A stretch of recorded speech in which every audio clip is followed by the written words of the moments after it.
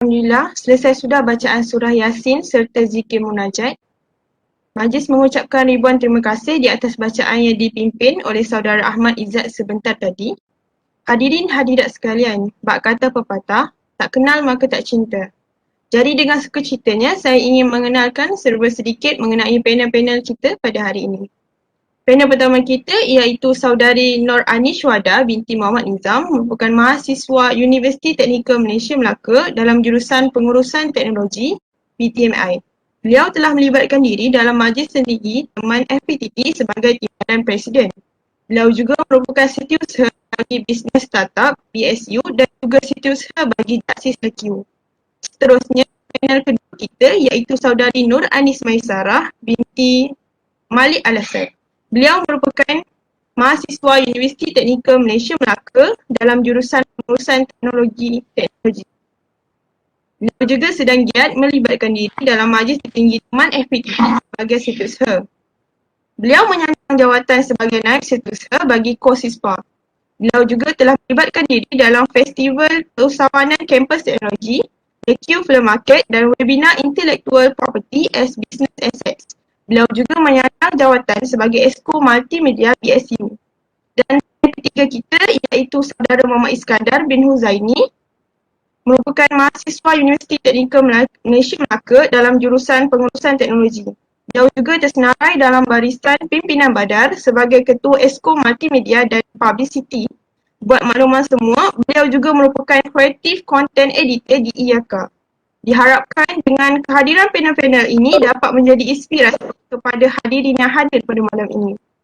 Sebelum majlis diserahkan kepada moderator, saya ingin memperkenalkan serba sedikit latar belakang moderator pada malam ini. Moderator yang akan meneruskan majlis ini ialah saudari Fazrin binti Muhammad Razali. Saudari Fazrin juga merupakan mahasiswa UTM tahun 1 dalam jurusan Pengurusan Teknologi.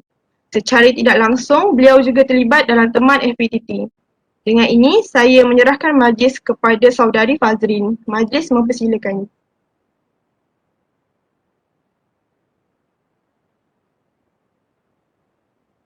Assalamualaikum warahmatullahi wabarakatuh dan salam sejahtera. Selamat malam pada hadirin sekalian. Terima kasih kepada pengacara majlis iaitu saudari Syafiqah. Saya Fazrin binti Muhammad Razali, pelajar tahun 1 dalam jurusan Pengurusan Teknologi BTMS, merupakan moderator anda pada malam ini. Buat pengetahuan semua, malam ini adalah minggu kedua program Munajat dan Teman Sejati telah berlangsung. Terima kasih buat penonton dan sahabat-sahabat yang masih setia menanti perkongsian yang hebat dari panel-panel kita. Pada malam ini, topik yang akan dikongsikan oleh ketiga-tiga panel kita ialah berkaitan bagaimana mahu menjadi mahasiswa atau mahasiswi yang berkualiti pada era pandemik. Di samping itu, panel-panel kita juga akan berkongsi pengalaman mereka mengikuti aktiviti atau program-program yang hebat. Ketiga-tiga panel ini sangat aktif dalam mengikuti program atau aktiviti dan mereka juga bukan orang sembarangan kerana tanpa kita sedari mereka sering melakukan kerja di belakang tabir, iaitu orang kuat dalam menjayakan sesuatu program. Pada era pandemik ini, pelbagai keluhan atau rungutan yang sering kita dengar dari sahabat-sahabat kita berkaitan online learning. Dalam masa yang sama, kita sebagai mahasiswa dan mahasiswi yang berada di rumah juga mungkin menghadapi pelbagai cabaran yang tersendiri dalam proses kita mengikuti kelas secara dalam talian. Ya, memang pandemik ini memang memberi impak kepada setiap mahasiswa dan mahasiswi, tetapi kita perlu ingat keadaan ini bukan titik penghalang atau pematah semangat untuk kita terus maju dalam pelajaran, tetapi merupakan peluang untuk kita terus mengejar kejayaan. Sesungguh pun situasi semasa tidak membolehkan kita berkomunikasi secara bersemuka, secara fizikal, namun lambakan alat komunikasi secara dalam talian kini telah tersedia untuk memudahkan proses interaksi.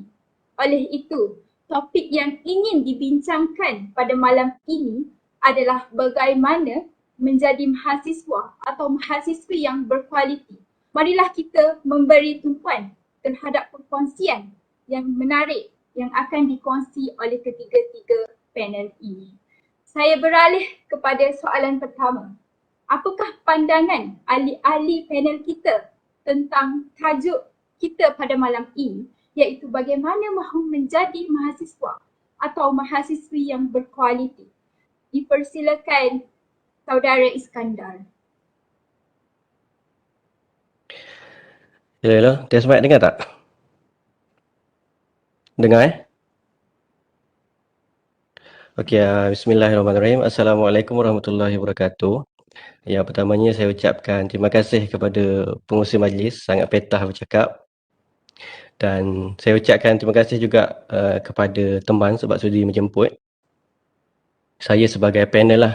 Jadi yang pertamanya, saya ni bukan orang yang hebat pun, biasa-biasa je. Okay, jadi kita berbalik kepada soalan, apakah pendapat? Okay, jadi saya tak nak ambil panjang lah. Pendapat saya berkenaan dengan tajuk ni, mungkin kita akan berbeza-beza pendapat. Tapi bagi pendapat saya, tentang tajuk mahasiswa berkualiti di era pandemik ni lah.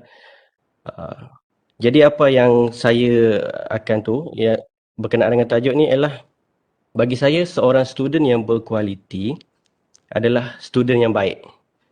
Baik macam mana? Mungkin dia baik dari segi adab, mungkin dia baik dari segi empati yang tinggi dan mempunyai common sense yang tinggi. Itu adalah pendapat saya lah berkenaan dengan student yang berkualiti. Student yang berkualiti ni dia bukan sekadar dia mempunyai banyak kemahiran, dia petah bercakap, tapi adab tak ada, itu bukanlah student yang berkualiti lah. Itu pendapat saya.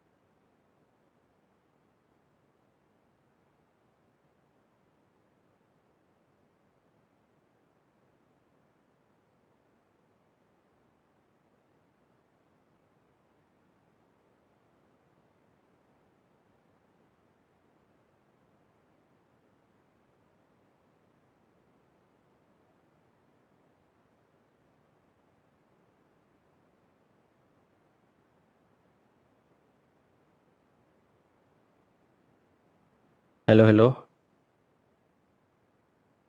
Dah.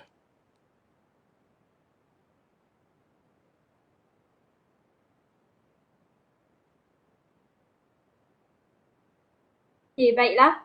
Kita beralih kepada Saudari Anis. Apakah pandangan Saudari Anis tentang tajuk kita pada malam ini? Dipersilakan. Okey, test. Boleh dengar kan? Okey, terima kasih kepada moderator. Okey, Assalamualaikum warahmatullahi wabarakatuh. Untuk soalan yang diberikan pada pendapat saya lah, untuk menjadi mahasiswa yang berkualiti ni dia bergantung pada mahasiswa tu sendiri. Kalau dia nak jadi baik, dia jadi baik lah. Kalau dia jahat lah, macam tu lah. So perkara pertama yang perlu difokuskan sebagai seorang penuntut ni, perlulah bersifat benar. Sebab sesungguhnya Allah SWT memuliakan dan meninggikan kedudukan orang yang berilmu. Dan seterusnya, perlu diingatkan untuk betulkan niat. Kenapa niat kita nak belajar macam tu? Jadi, jangan lupakan niat dan stay dekat niat tu. Kenapa kita nak belajar? Sebab apa? Sebab kita nak balas pengorbanan ibu bapa dengan bagi pendidikan yang terbaik untuk mereka lah kan. Seterusnya untuk berbakti kepada keluarga, agama dengan negara. Apa-apa pun kita perlulah kembali pada niat. Jangan terpesong.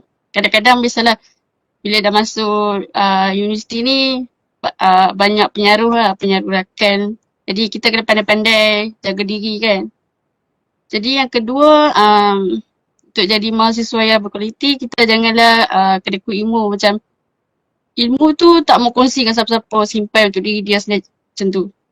Kita kenalah bantu rakan-rakan, bimbing mana yang mereka tak faham lah. Itu pada pendapat saya macam tu. Terima kasih.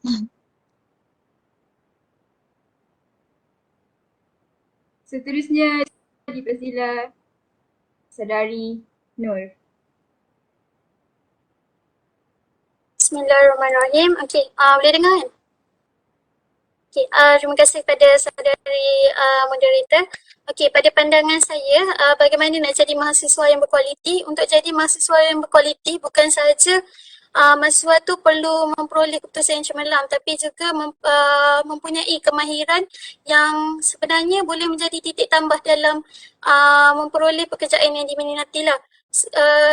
Ini dapat membantu mereka untuk memperoleh pekerjaan yang diminati dan boleh menyesuaikan diri dengan cepat dengan aliran pekerjaan yang diminati.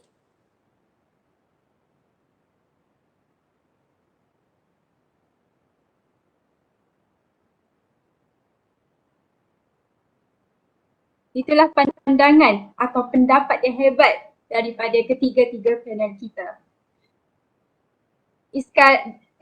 Saudara Iskandar berpendapat bahawa student yang baik adalah student yang beradab. Saudari Anis berpendapat bahawa student perlulah bersikap benar dan betulkan niat dan tidak kedekut ilmu.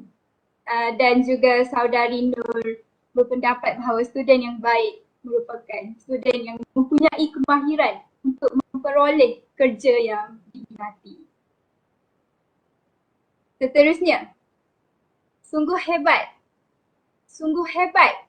pengenalan latar belakang saudari Nur dan saudari Anis yang dikongsikan oleh pengacara majlis kita tadi. Pasti sahabat-sahabat tertarik dengan pengalaman panel-panel kita ini. Selain penglibatan dalam majlis tertinggi teman FPTT, boleh tak saudari Nur dan saudari Anis terangkan pengalaman dalam penglibatan diri dalam aktiviti saudari yang telah saudari ikuti?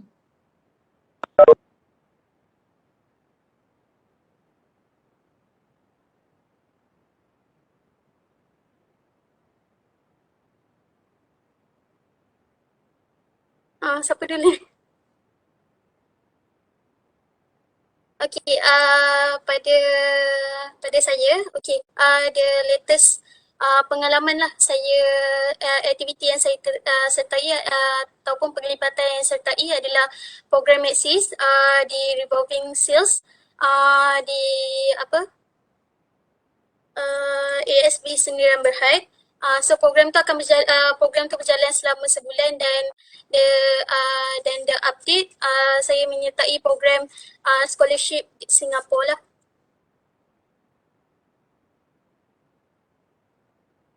Seterusnya saudari Anis.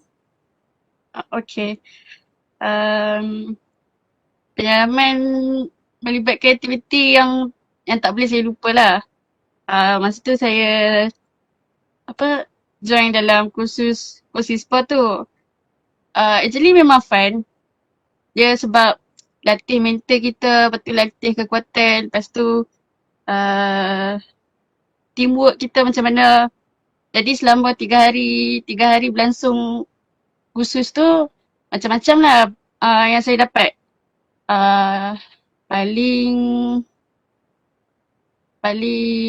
Paling best sekali dapat kawan baru. Even macam kita tak kenal pun orang tu, macam tak kenal pun. Tiba-tiba boleh jadi rapat macam tu. Jadi itulah pengalaman yang paling tak dapat dilupakan macam tu lah.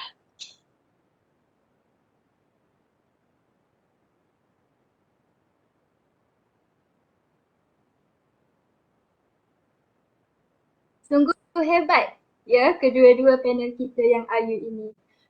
Mereka begitu memanfaatkan masa mereka dengan mengikuti aktiviti yang bermanfaat yang dianjurkan oleh pihak universiti maupun luar universiti. Baiklah, soalan ketiga ialah daripada pengenalan latar belakang berkaitan saudara Iskandar yang dikongsikan oleh pengacara majlis tadi. Saudara Iskandar merupakan Creative Content Editor di IAKA. Adakah saudara memang sudah lama mempunyai minat atau bakat tersendiri dalam bidang ini? Dan untuk improve skill saudara dalam bidang ini, adakah saudara sertai apa-apa bengkel? Hello. Terima kasih majlis. Jadi formal lah malam ni kan. Kalau untuk bidang videographer ni, saya tak adalah lama sangat. Saya bermula pada hujung tahun lepas. Saya asal Sarawak and then waktu orang kata belajar di UTM and then waktu berada di luar pun, saya selalu libatkan diri dalam bidang ni lah. Sebab saya minat. Saya rasa benda ni boleh pergi jauh and then saya pun belajar daripada YouTube and then sebagainya. Okay, kalau berkenaan dengan soalan tadi, adakah minat ataupun memang ada talent? Okay, jadi saya lebih kepada minat lah. Saya tak kata saya ada talent. Sebab talent ni benda yang susah untuk orang dapatkan. Tapi kalau untuk usaha, untuk minat tu saya ada lah. Sebab bagi saya, orang yang ada talent pun kalau dia tak polish dia punya talent, dia tak akan pergi mana-mana. Sebab orang yang ada usaha yang lebih ni, dia akan melampaui orang yang mempunyai talent. Itu bagi saya lah pendapat saya. Okay, seterusnya, berkenaan dengan ada join bengkel tak? Benda ni paling crucial lah bagi saya ataupun mana-mana bidang pun, kalau bengkel ni benda yang sangat-sangat perlu. Sebab semua sedia maklum, saya student business. Mungkin kenapa budak ni kan budak FPTT tapi macam budak FTMK. Dia kalau untuk bab ni saya memang join bengkel-bengkel di luar online ataupun offline. Dan kebanyakannya berbayar. Susah nak dapat bengkel-bengkel yang free lah. Tu untuk pengetahuan. Harga tu boleh cari sendirilah. Dia macam tu. Jadi untuk improve skill, saya memang join bengkel. Sebab apa-apa pun bidang memerlukan ilmu. Kalau tak ada ilmu, tak boleh pergi mana-mana lah. Sebab orang lain sentiasa compete antara satu sama lain. Siapa yang ada ilmu lebih, ada orang kata berani ataupun keunikan tersendiri, dia berani buat something yang new, dia akan boleh pergi jauh. Jadi kalau nak kata dalam videographer ni saya tak lama, lebih kurang dalam setahun macam tu je. And then saya pun sekarang ni tengah orang kata belajar full time and then sebagai videographer full time, alhamdulillah, di Melaka. Tu je. Terima kasih.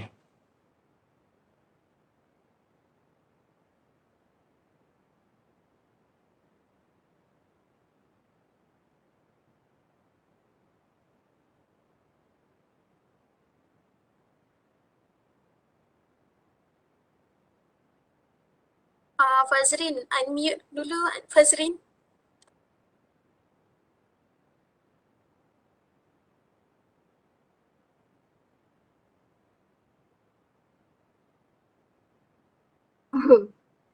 Maaf.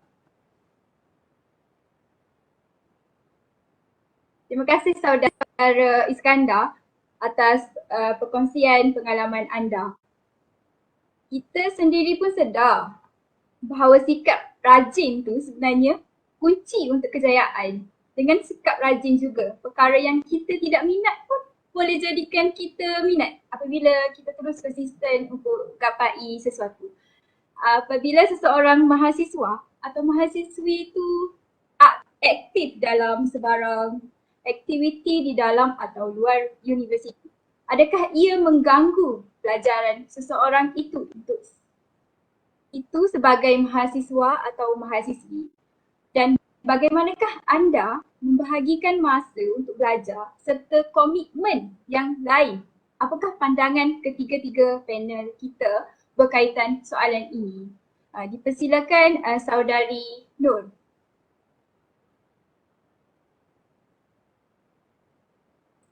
Okey, bagaimana nak bahagi macam mana mengganggu pelajaran atau tak. Tipulah saya kata kalau ianya tidak mengganggu jadual saya sebagai seorang pelajar kan. Tipu kalau saya kata begitu. So actually dia kadang-kadang kalau kita tak pandai manage, betul kalau kita tak pandai manage kita punya timing, betul dia akan mengganggu kita punya pelajaran lah. So macam mana saya membahagikan masa?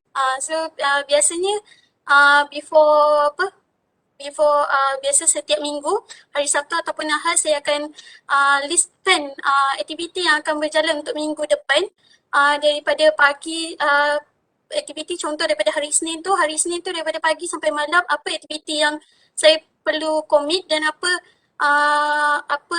assignment ataupun kerja atau homework yang saya perlu selesaikan. Saya sertakan tu bila deadline yang saya kena buat, bila deadline yang kena hantar and then bila discussion yang perlu dibuat. Itu bagaimanalah saya bahagikan masa untuk saya commit dengan semua aktiviti saya. Sungguh rajin saudari Nur kita, ya. Dan beliau sangatlah bijak mengurus masa. Seterusnya, saya serahkan soalan ini kepada saudari Anis. Persilakan. Okey, terima kasih. Macam mana tak mengganggu pelajaran macam tu lah. Apa tak soalan dia? Okey. Pada pendapat saya lah, dia bergantung pada mahasiswa tu sendiri. Macam mana dia manage dia punya jadual. Lepas tu dia belajar, buat assignment semua. Contoh macam sekarang ni belajar dekat rumah kan. So bila belajar kat rumah ni, ada yang ambil peluang untuk kerja part time. Macam kerja kat 7E ke, MID ke macam tu kan. So bila dia kerja tu, bila time dia nak belajar, bila time dia nak buat assignment, kita tak tahu kan. Jadi itu memang akan mengganggukan pelajaran. Kalau dia betul-betul tak pandai jaga masa dia. Kalau macam saya, saya akan belajar di malam hari. And then bila cuti pula, saya akan siapkan semua assignment yang mana perlu hantar awal-awal tu, saya siapkan awal-awal. And then bila dah siap awal, kita boleh rehat pula selepas tu kan. So tak adalah kalut-kalut macam tu. Jadi pada pendapat saya, mahasiswa tu kena pandai jaga masa. Itu je. Itu yang penting. Itu kunci dia. Jadi itulah yang boleh saya beri pandangan. Okay, terima kasih. Terima kasih saudari Anis.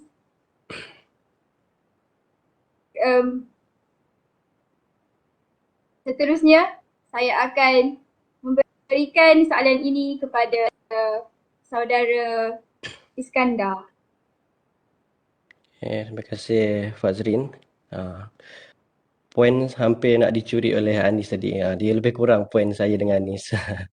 Okey, jadi kalau bagi saya, mengganggu tak selalu aktif ke kalau pandemik ni bekerja ke kan? Bagi saya, tu bergantung kepada individu tu lah. Kalau dia tak reti nak atur masa, dia akan sangat-sangat mengganggu. Sebab realiti bekerja dengan realiti zaman student ni adalah benda yang bagaikan langit dan bumi. Lebih kurang macam tu lah. Tak adalah jauh sangat, mungkin dekat sikit. Tapi orang kata kalau tak boleh nak atur masa, memang akan cloud lah. Nak study bila kan, nak buat kerja bila. Tapi kalau pendapat saya, mengikut pengalaman saya, kalau untuk aktif ni, saya dulu waktu SEM 1, SEM 2 memang saya ni jenis yang tak boleh duduk diam. Kalau ada program memang saya akan ada je buat video untuk program tu. Dia kalau FPTT waktu SEM bila tu tak ingat, SEM 2, SEM 1 macam tu, memang saya aktif lah. Jadi kalau bagi saya, untuk bab ni, kalau untuk tak mengganggu pelajaran tu, antara cara dia adalah utamakan benda yang perlu dulu. Kalau macam contoh assignment ni susun lah elok-elok kan. Tapi kalau macam saya taklah sampai buat jadual sebulan ke seminggu. Saya tak macam tu. Tapi saya listkan lah. Jadi bagi saya, buat dulu apa yang perlu. Buat dulu apa yang penting. Kalau contoh assignment ni perlu untuk hantar pada due date ni dalam masa yang terdekat. Ataupun kalau contoh saya bekerja sekarang. Kalau kerja saya memang ada banyak tasking, video dan sebagainya. Setiap hari kena buat video, setiap hari kena ada shooting. Jadi saya utamakan dululah benda yang perlu. Okey? Jadi kalau bagi saya, utamakan benda yang perlu dulu sebab kita ni manusia tak ada istilah multitasking bagi saya lah. Yang ada hanyalah istilah untuk menyusun masa. Multitasking kalau kita buat 3 benda dalam satu masa, memang hasil tak akan berkualiti. Bagi saya, susun masa dan utamakan benda yang penting. Itu. Terima kasih Saudara Iskandar. Panel-panel kita pada malam ini berpendapat bahawa kita hendaklah bijak mengurus masa. Dan juga Saudara Iskandar menambah poin beliau tentang utamakan perkara yang perlu, utamakan perkara yang penting dahulu. Walau apa pun halangan yang kita hadapi, anggaplah itu sebagai pembakar semangat untuk kita terus berjaya dan kita perlu terus positif. Soalan seterusnya, saya ingin tujukan kepada Saudari Nur. Buat pengetahuan semua, Saudari Nur banyak mengikuti online learning seperti di Course Hero dan BSc College. Pasti sebagai mahasiswa atau mahasiswi, kita bertanya-tanya bagaimana Saudari Nur mengikuti online learning itu? Di manakah kita perlu dapatkan info berkaitan training itu? Dan adakah dengan menyertai online learning itu, kita memerlukan pembelajaran yang besar, pembelanjaan yang besar? Dipersilakan Saudara Nur. Okey, terima kasih Fazrin. Untuk berkenaan dengan online learning yang saya sertai di Course Hero ataupun BSc College, so mesti ramai tertanya macam mana saya sertai itulah. So macam saya banyak join program daripada rajin lah sebab atas saranan ibu bapa saya kena bukan sahaja saya perlu achieve dalam keputusan saya tapi juga dalam kemahiran. So apa yang nak menambah peluang saya dalam bidang pekerjaan adalah dengan lebih banyak kemahiran lah. So saya banyak join online learning dekat macam mana saya join? Saya banyak sama ada saya akan cari tu dekat dalam Facebook ataupun Facebook, Instagram, LinkedIn ataupun dekat dalam Google lah. So banyak program-program yang online learning, lagi-lagi sekarang ni tengah online kan. So banyaklah program-program yang dijalankan tu percuma dan sertifikatnya pun percuma. Tapi kalau ada setengah program tu yang sertifikatnya perlu berbayar, tapi training dia percuma. Jadi kalau ada setengah tu, kalau nak dapatkan sijil, peserta kena bayar duit sijil saja, tak perlu bayar duit training pun. Okey.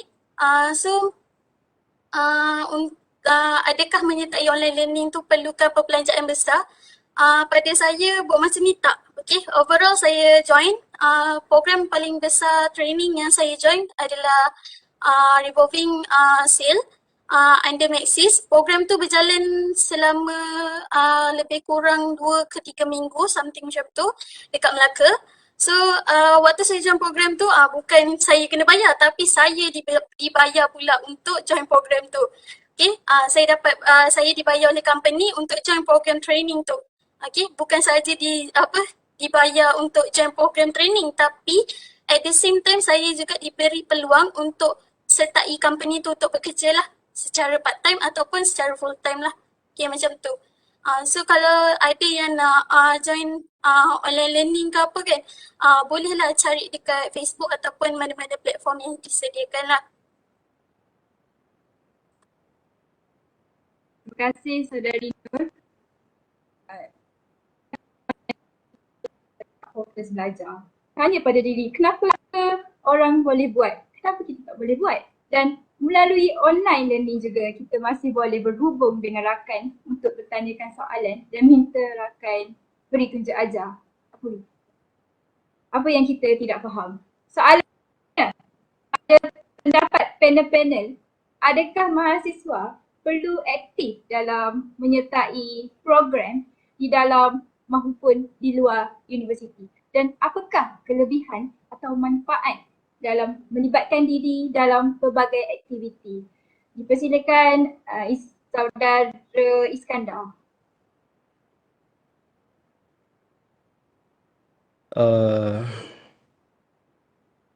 Perlu tak join pertandingan ke aktiviti? Bagi saya sangat-sangat perlulah. Kalau di zaman fizikal dulu kita boleh pergi program ke pertandingan kan. Tapi kalau sekarang tak ada alasan juga untuk kita tak join sebab online punya pertandingan pun banyak. Jadi tak ada alasan lah. Tak bermakna semua pertandingan kita perlu join. Dia macam tu lah. Tapi kita kena pilih pertandingan ataupun aktiviti yang sesuai dengan kita, yang tak mengganggu keutamaan kita sebagai student. Tu keutamaan kita sebagai student tu yang lebih penting lah. Okey, jadi manfaat, antara manfaat dia yang saya ambil dua je. Yang pertama adalah pengalaman. Sebab pengalaman ni orang kata kalau tak pernah lalui benda tu, kita tak tahu macam mana. Kalau mati pun kan, kalau tanya ada tak pengalaman masuk kubur? Tak ada. Dia lebih kurang macam tu lah. Okey, lepas tu yang kedua adalah manfaat yang mungkin semua orang akan rasa kalau jenis student yang aktif ialah dapat ramai kawan, dapat ramai kenalan. Kalau macam saya dari Sarawak and then nak pergi ke Semenanjung bukan benda yang mudah lah. Tapi sebelum masuk ke UTM saya ada join program ataupun pertandingan. Lepas tu di Semenanjung waktu tu, and then pada dalam UTM pun saya join program tu juga. And then apa yang saya dapat adalah ramai kawan. Waktu tu saya join program tu, saya adalah antara peserta yang paling muda. Dari seluruh Malaysia berkumpul. Pertandingan tu tak perlu saya beritahu lah.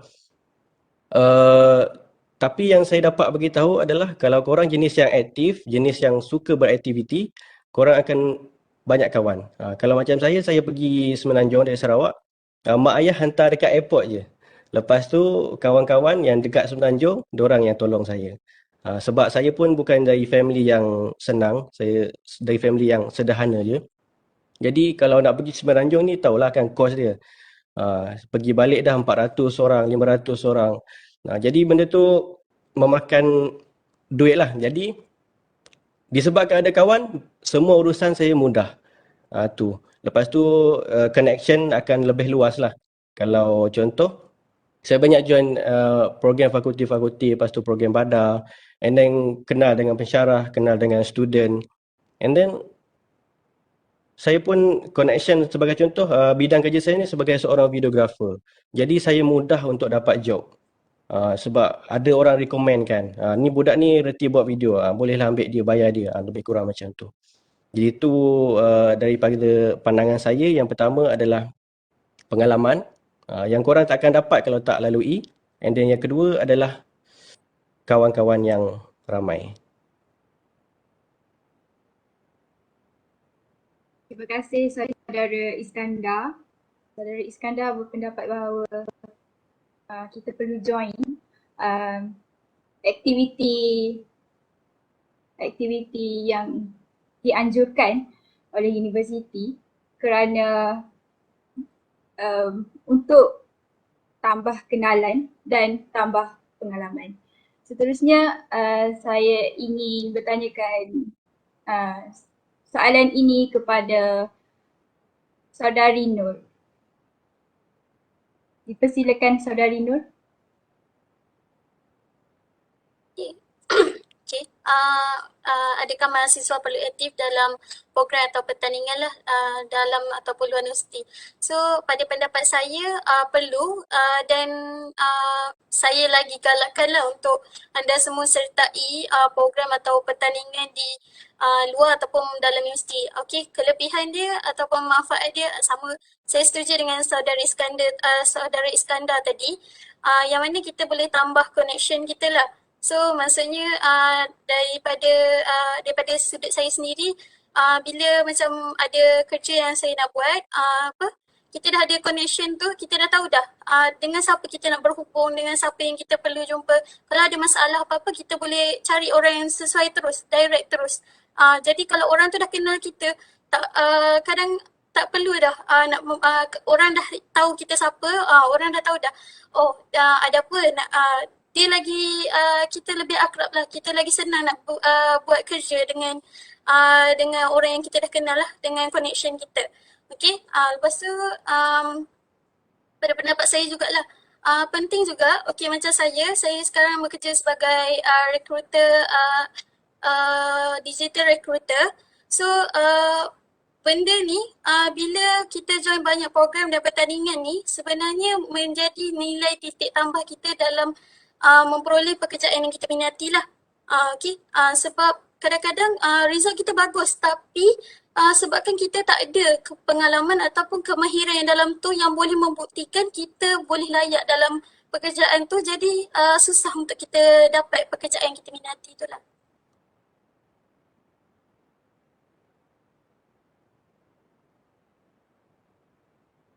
Terima kasih saudari Nur.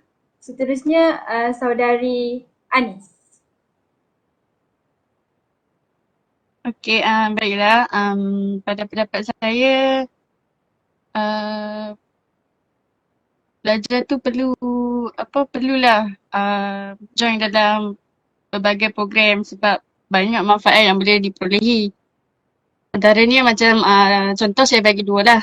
Yang pertama sekali nilai kepimpinan. Contoh macam mahasiswa tu dia join program and then dia dilantik sebagai AJK ke ataupun penyurus program ke, secara tak langsung nilai kepimpinan tu akan berkembang. Contohnya macam mana dia nak gerakkan tim dia untuk buat program tu supaya menjadi macam tu. And then yang seterusnya, manfaat yang seterusnya dapat jungkir bakat yang terpendam. Contoh bila melalui program-program ni mahasiswa bolehlah tunjukkan bakat dia yang tak pernah ditunjuk lah. Contoh macam program e-sport tu kan, kita tak tahu pun dia tu pandai main game ke apa. Sekali dia masuk tiba-tiba menang. Rezeki. Lebih kurang macam tu lah. Itulah manfaat dia pada pendapat saya lah. Terima kasih. Terima kasih saudari Anis. Seterusnya sebagai mahasiswa atau mahasiswi, ada sesetengah pasti rasa terbeban untuk mengikuti program yang dianjurkan oleh universiti. Lagi-lagi dengan situasi sekarang di mana semuanya secara atas talian. Pada pandangan saudari Anis, apakah perbezaan penglibatan sekarang dengan yang dulu? Kerana dulu apabila kita terlibat dalam program secara face to face, mahasiswa atau mahasiswi perlu bergerak ke lokasi program dari satu tempat ke satu tempat. Memang berbeza dengan sekarang. Semua penglibatan secara online di hujung jari sahaja. Apakah pandangan saudari Anis? Okey, baik. Terima kasih. Tipulah kalau kata tak ada cabaran ke masa belajar online ni kan. Bila kita kat rumah ni, kita bukan jadi student dah. Kita macam jadi seorang anak, jadi seorang kakak, jadi seorang adik, jadi student. Macam-macam role kita ada. Jadi bila kat rumah ni, macam bukan tempat yang sesuai untuk student lah. Kadang-kadang tengah kelas pun rumah bising, kita tak tahu.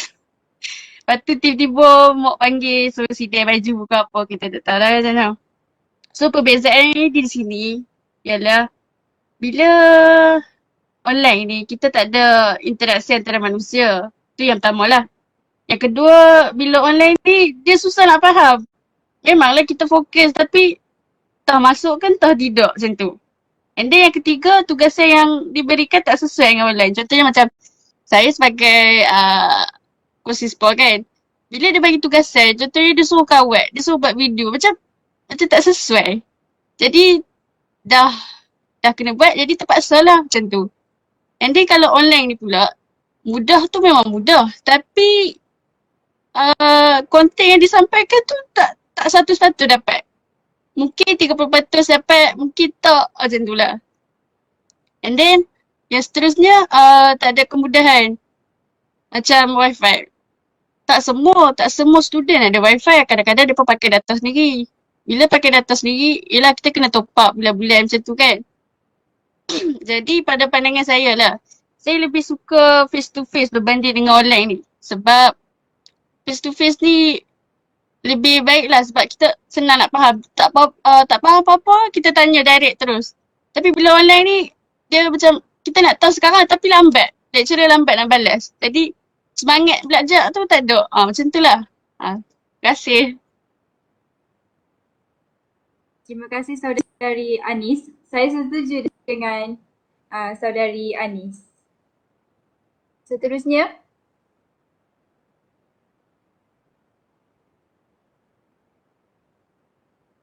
apabila kita sudah aktif dalam berbagai program atau aktiviti yang kita ikuti, pasti kita akan menghadapi sedikit cabaran atau rintangan kerana sebagai mahasiswa atau mahasiswi, assignment itu memang tidak asing lagi dari kehidupan kita. Pada bagi panel-panel, sudah pasti masa yang terluang akan diisi untuk menyelesaikan assignment serta tugasan yang lain. Apakah cabaran atau rintangan lain yang dihadapi dan bagaimana ketiga-tiga panel mengatasi masalah berikut? Dipersilakan saudari Nur. Okey, sebagaimana soalan dia tadi, cabaran dengan rintangan yang saya hadapi lah. Maksudnya waktu bila sebagai mahasiswa ni lah apa yang cabaran yang saya hadapi. So cabaran yang saya hadapi tu macam saya sebab saya bekerja at the same time saya pun pegang jawatan di fakulti juga di persatuan yang lain. So cabaran yang saya hadapi tu kadang-kadang kalau daripada sudut pelajaran maybe kadang-kadang nak aturkan masa untuk assignment, untuk kelas, untuk bila nak discussion, lepas tu untuk kelab pula bila pula nak ada kena meeting, bila pula yang nak kena susun program semua kan. So itu cabaran saya dalam nak menyusun masa, menyusun jadual saya tu supaya semua berjalan dengan teratur dan tak ada yang maksudnya teratur lah, tak ada kalau boleh tak nak ada masalah apa-apa dalam benda tu lah. Okay. So cara saya atasi tu macam saya cakap pada awalnya lah, maksudnya saya akan listkan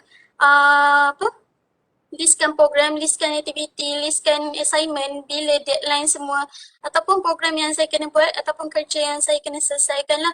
So saya listkan tarikh apa yang nak kena buat, apa yang sebab saya pun pernah saya pernah pegang jawatan sebagai event manager.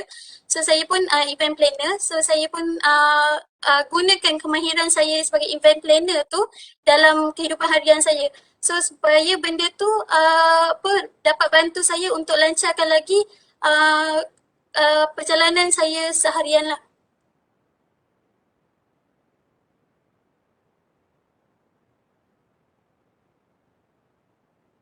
Baiklah, terima kasih saudari Nur. Seterusnya saudara Iskandar. Apakah cabaran atau rintangan lain yang dihadapi oleh saudara Iskandar? Cabaran dan rintangan tu yang lain sangat tak adalah. Dia lebih kurang sama je dengan student yang aktif. Kalau bekerja ni, ataupun aktif dengan kelab.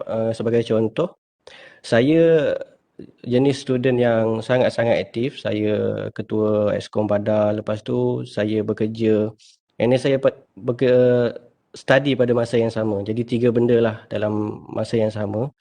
Jadi cabaran dia lebih kurang sama juga, iaitu dengan masa. Sebab masa lah. Kita semua memang diberikan 24 jam sama je, tapi macam mana kita nak atasi ataupun macam mana kita susun masa, itulah nilai kita lah. Kualiti yang ada pada student yang orang kata berkualiti kan. Kita berbalik kepada tajuk tadi, berkualiti pada era pandemik ni. Okey, jadi antara benda yang saya lakukan untuk atasi, macam saya cakap tadi juga, saya utamakan benda yang penting dulu. Bukan tak pentingkan benda yang tak penting, tapi selesaikan dulu. Kalau orang cakap kalau ada 3 kerja tu, buat satu kerja yang paling dekat dia punya deadline, fokus, and then settlekan, lepas tu tak payah fikir dah. Memanglah kita student ni memang ada jenis yang macam suka buat last minute kan. Saya pun suka juga sebenarnya. Dia macam favourite jugalah nak buat last minute ni. Sebab student kata kan, kalau buat last minute ni, dia punya idea tu banyak lah, melimpah kan. Kononnya lah. Okay, lepas tu yang kedua, kena kuatkan diri lah. Kena strong untuk hadapi cabaran ni. Kalau tak strong, memang tak boleh pergi jauh.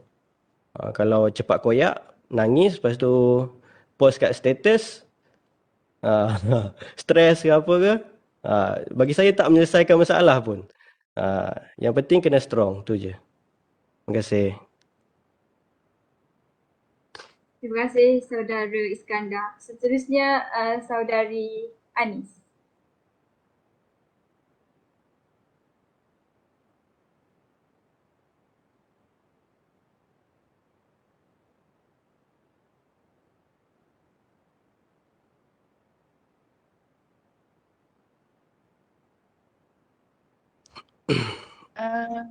Maaf, boleh saya tahu apa soalan ni tadi? Sebab saya ingat soalan ni untuk seorang saja.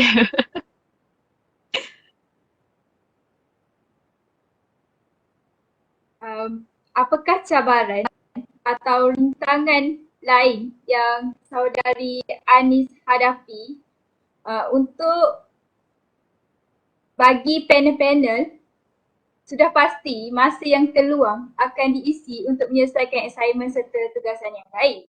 Apakah cabaran atau rintangan lain yang Saudari Anis hadapi?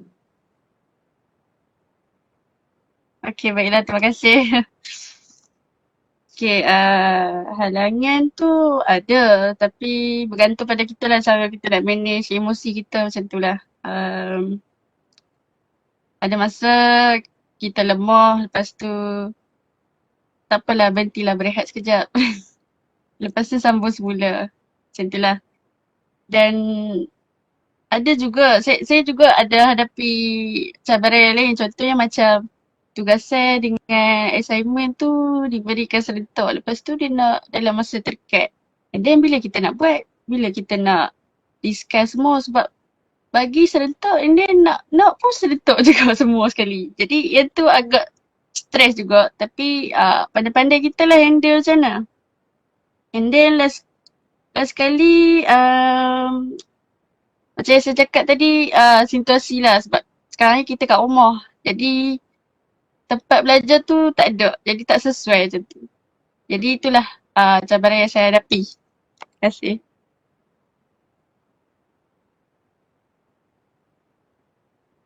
Terima kasih Saudari Anis. Seterusnya tanpa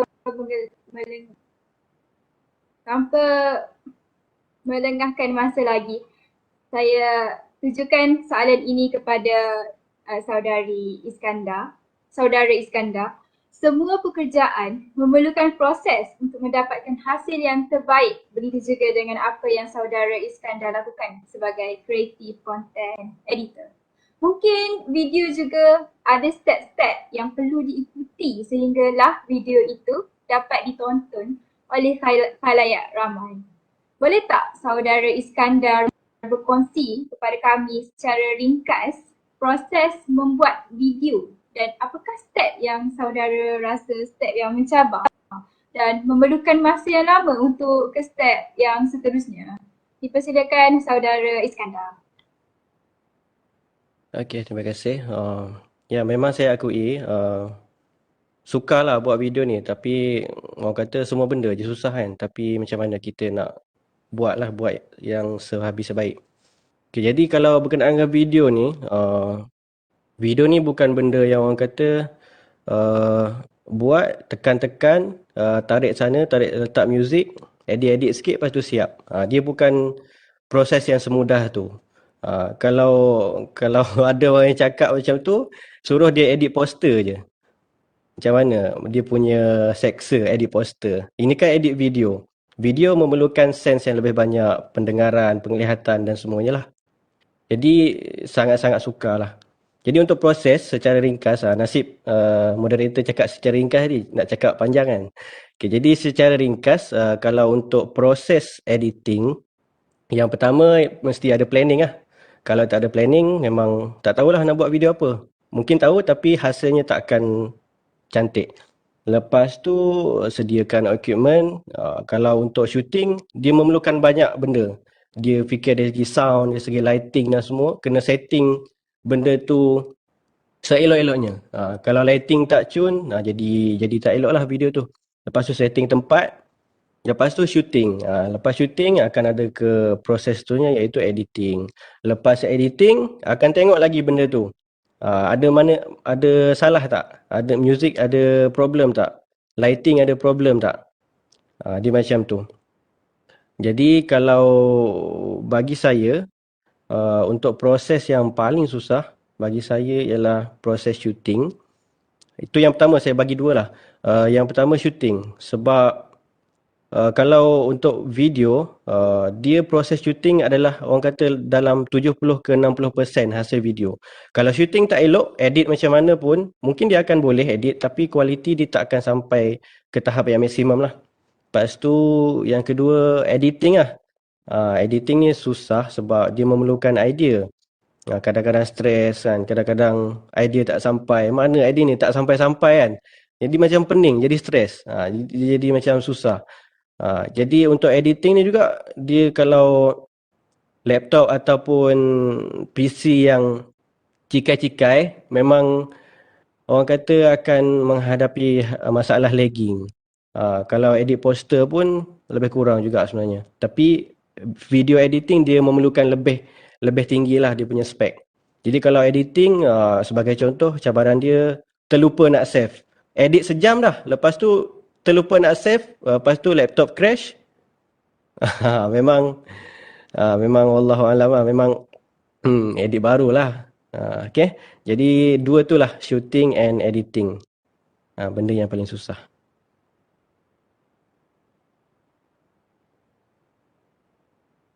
Terima kasih saudara Iskandar.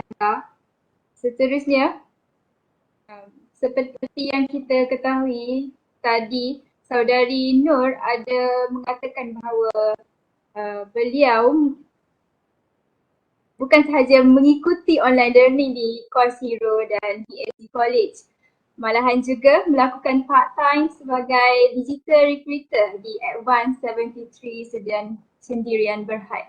Saudari Nur bertugas dalam merekrut pekerja baru di syarikat tersebut secara atas talian.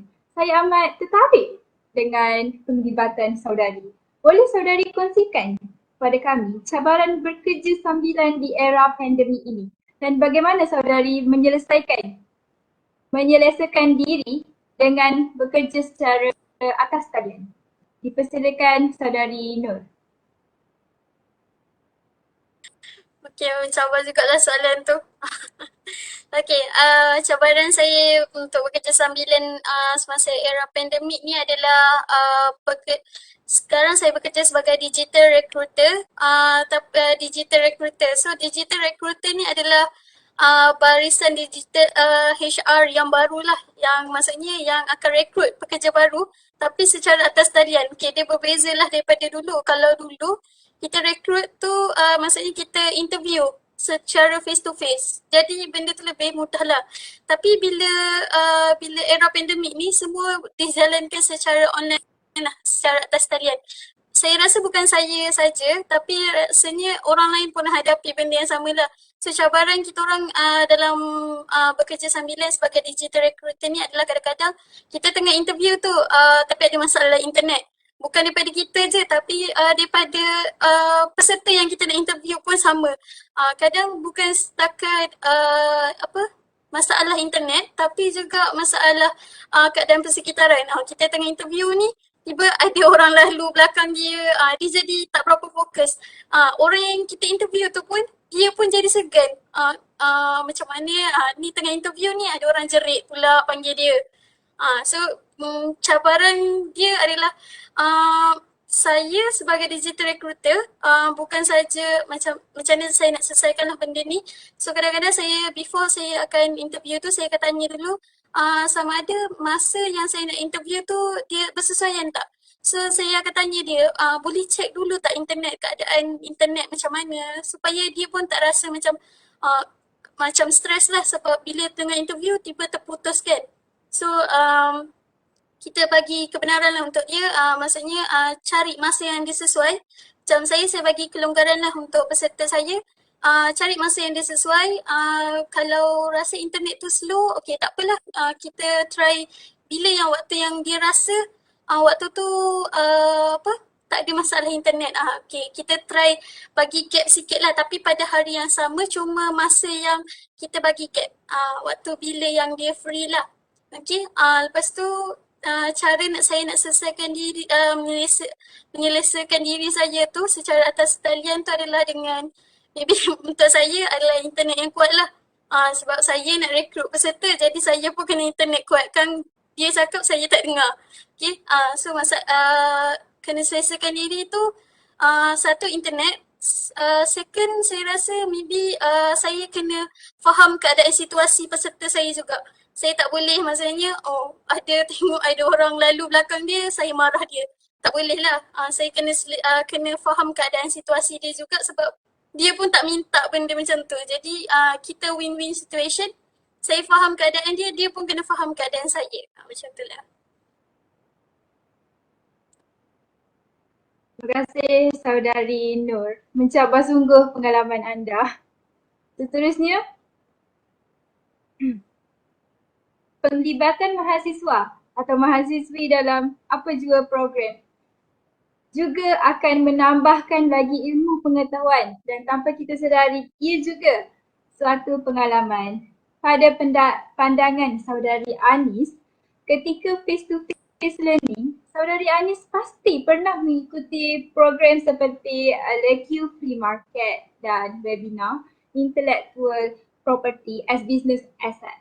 Setelah penularan COVID-19, face-to-face learning digantikan dengan online learning. Adakah ia menghalang Saudari Anis untuk mengikuti program-program seperti itu? Seperti dulu. Bagaimanakah Saudari Anis boleh konsisten untuk melibatkan diri mengikuti program-program semasa pandemik ini? Dipersilakan Saudari Anis. Okey, baiklah. Untuk menjawab soalan ni, ada juga perkara-perkara yang menghalang saya seperti kemudahan untuk proses PDP lah. Dan bagaimana saya konsisten dalam melibatkan diri mengikuti program-program masa pandemik ni ialah dengan salah satunya berhubung dengan rakan-rakan untuk mengetahui program apa yang bakal berlangsung dan juga tengok iklan-iklan yang di-post di grup WhatsApp and then di IG macam tu. Begitulah saya konsisten untuk mengikuti program-program yang berlangsung. Macam itulah. Terima kasih. Terima kasih Saudari Anis. Kalau kita meluangkan masa dengan mengikuti program yang dianjurkan universiti sendiri, kita juga memperoleh kebaikan atau manfaatnya. Dalam mencipta kejayaan, sudah pasti kita memerlukan langkah yang bijak dan efektif untuk kita tempuh segala rintangan. Begitu juga kepada para panel kita. Sebagai mahasiswa yang hebat, mereka juga pasti mempunyai tips yang tersendiri yang sering mereka gunakan. Bolehkah panel-panel pada malam ini berkongsi sedikit berkaitan tips-tips yang boleh diamalkan untuk menempuh pelbagai halangan-halangan yang dihadapi? Dipersilakan Saudari Anis.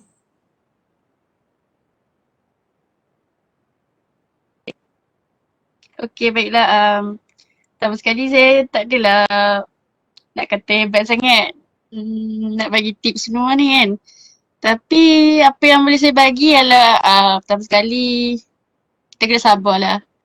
Bila belajar online ni macam-macam halangan ada kan. Jadi kita sabar. And then yang kedua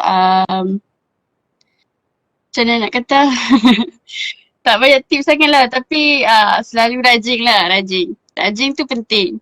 Kalau nak result bagus, rajin. Kalau tak nak, tak payah rajin macam tu lah. Okay. Jadi itulah perkongsian daripada saya. Terima kasih. Terima kasih Saudari Anis. Seterusnya Saudari Nur.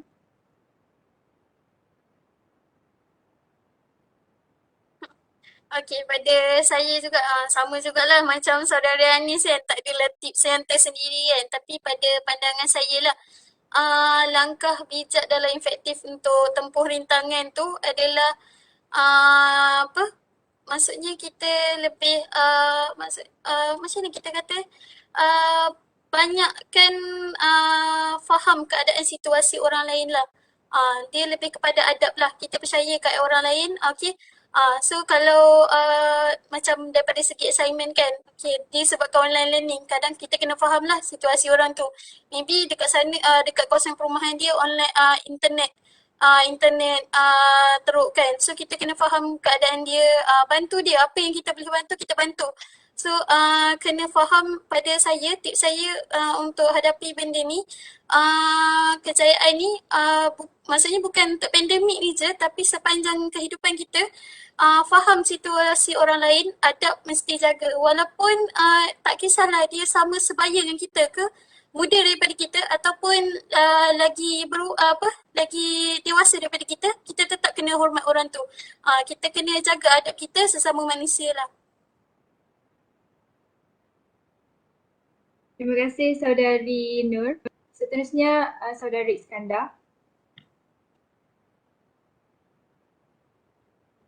Okay, bismillah. Tips saya pun bukan orang yang hebat juga, biasa je. Tapi bagi saya berdasarkan apa yang saya lalui and then berdasarkan apa yang kita boleh tengok kepada orang-orang yang berjaya kan. Yang pertama sekali, tips yang paling penting adalah jaga hubungan dengan Allah lah. Benda ni sangat-sangat penting. Kita dahulukan Allah dulu and then Allah akan mudahkan segala urusan kita. Ini bukan bercakap berkenaan dengan ceramah ke apa ke, tapi ini realiti kehidupan kita. Kita tak boleh pisahkan agama daripada kehidupan kita. Itu yang sangat-sangat penting.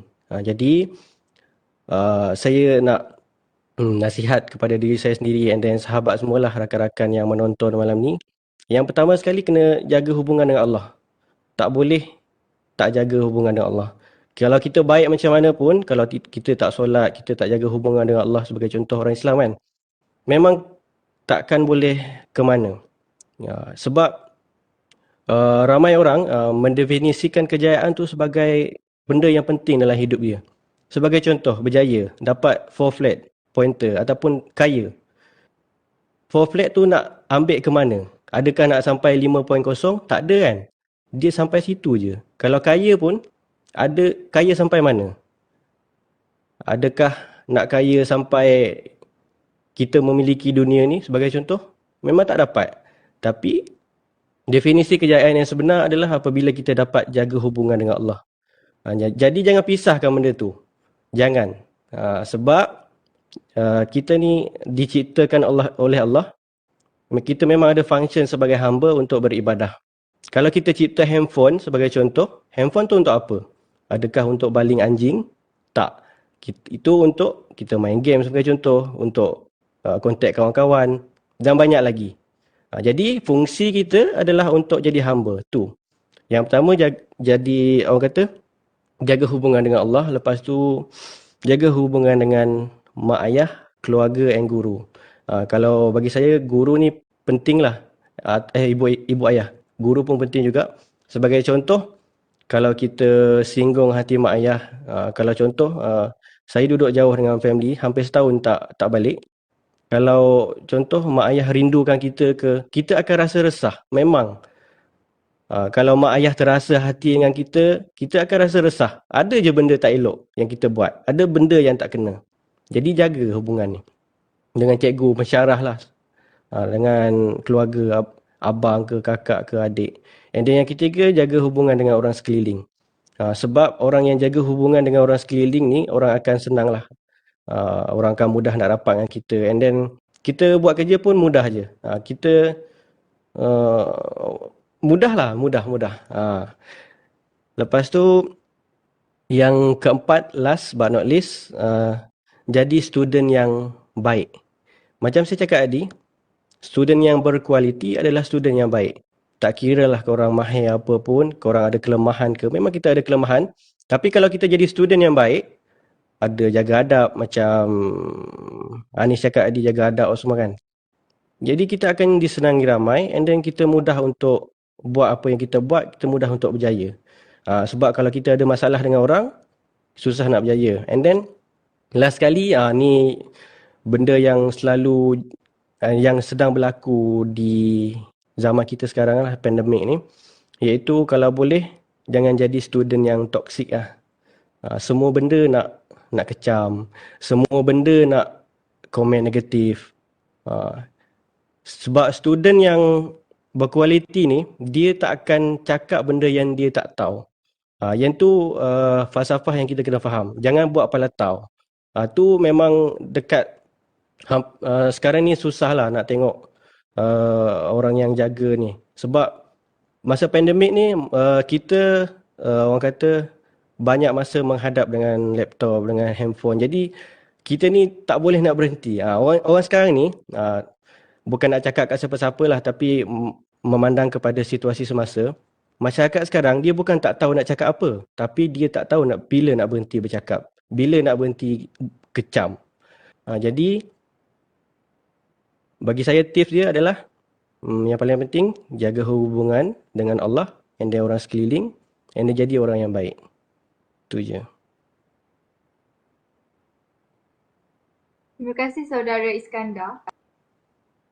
Terima kasih kepada para panel atas tips-tips yang bermanfaat ini. Harap para pelajar sedikit sebanyak dapat menjadikan inspirasi melalui perkongsian yang dikongsikan oleh panel-panel kita pada malam ini. Sebelum saya menyerahkan majlis kepada pengacara majlis, saya ingin memberikan serangkap pantun. Bunga dedap di atas para, anak dusun pasang pelita. Kalau tersilap tutur bicara, jemari disusun, maaf dipinta. Terima kasih kepada ketiga-tiga panel kerana sudi meluangkan masa pada malam ini untuk berkongsi kepada sahabat-sahabat berkaitan bagaimana mahu menjadi mahasiswa atau mahasiswi yang berkualiti. Saya akan menyerahkan semula majlis kepada pengacara majlis kita iaitu Saudari Syafiqah. Majlis dipersilakan. Terima kasih. Hadirin hadirat sekalian, kita sudah pun berada di penghujung program. Bagi mewakili jawatan kuasa urus setia, saya merakamkan jutaan terima kasih kepada Saudari Nur Anis Syuhada, Saudari Anis Maisarah dan juga Saudara Iskandar di atas segala perkongsian dan tips yang amat berguna sebentar tadi. Kami juga ingin mengucapkan ucapan terima kasih kepada para penonton dan para hadirin yang sudi meluangkan masa bersama kami. Semoga kita dapat berjumpa lagi di minggu hadapan di waktu yang sama.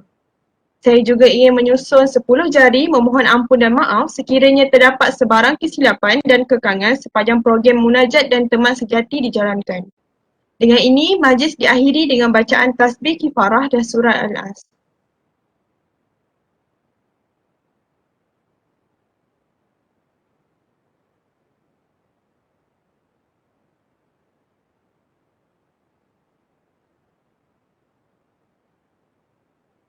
Maka dengan ini berakhirlah sudah program Munajat dan Teman Sejati 2021 kita pada hari ini. Akhir kalam dari kami, dari Kedah ke Pekansari, beli suasa di Kota Tinggi. Selesai sudah tugas diberi, di lain masa bersua lagi. Wabillahi taufiq wal hidayah. Assalamualaikum warahmatullahi wabarakatuh.